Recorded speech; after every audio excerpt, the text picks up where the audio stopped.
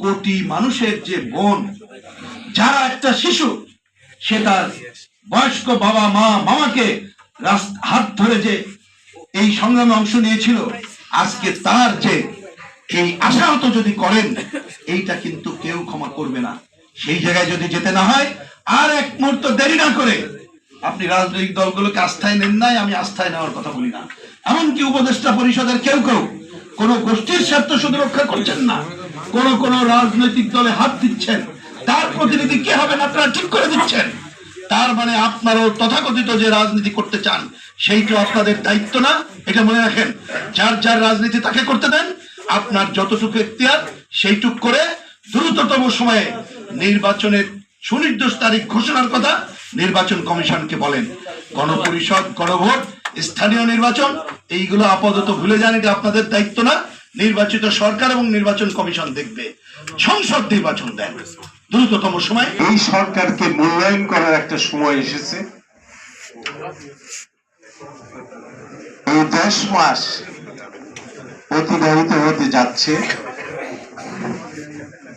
9 মাস পার করে 10 মাসও চলে যাবে আর 3 দিন পর। এই সরকারের শুধু সমালোচনাই করব না, কিছু ভালো দিকও আমরা তুলে ধরার চেষ্টা করব। সমালোচনার দিক তো বহু, সেটা ভাষায় প্রকাশ করার মতো না। তারপরেও কিছু ভালো দিক আছে, সেটাও আমরা তুলে ধরার চেষ্টা করব একজন রাজনৈতিক কর্মী হিসাবে। আমি ভালো দিকটা আগে বলতে চাই।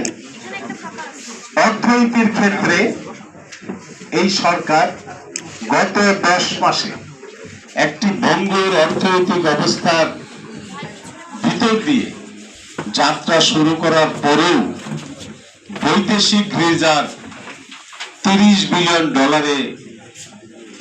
উন্নীত হয়েছে, যেটা এই খুনি হাসিনার সরকারের সময় বিদায় নেওয়ার আগে $9 বিলিয়ন এসে ঠেকেছিল।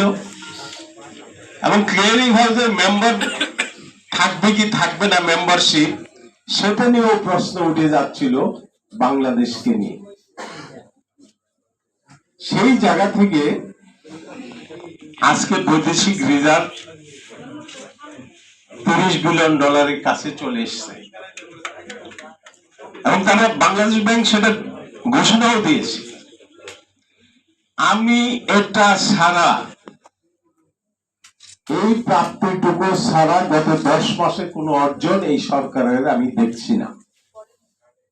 সর্বত্র হতাশা, গুঞ্জন, সংকটের মধ্য দিয়ে দেশটাকে তারা একের পর এক সমন্বয়হীনতার মধ্যে এই দেশটি অতিবাহিত হচ্ছে।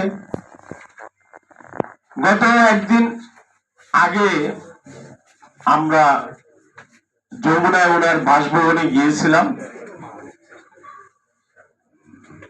এখানে এবিবাড়ির চেয়ারম্যান মঞ্জুও ছিলেন, আমরা গণতন্ত্র মঞ্চের 6 জন ছিলাম, কর্নেল অলি সাহেব ছিলেন, আমাদের টিপু বিশ্বাস ভাই ছিলেন, মুজাহিদ ইসলাম সেলিম ভাই ছিলেন। আমরা একসঙ্গে ওনার সঙ্গে আলোচনা করেছি। আমি সেখানে আমার বক্তব্যে আমি ক্লিয়ার বলেছি যে আপনাকে সমন্বয় করে অতি দ্রুত একটি সুষ্ঠু নির্বাচনের ব্যবস্থা করতে হবে। আমি খুব সংক্ষিপ্ত বক্তব্য রেখেছি।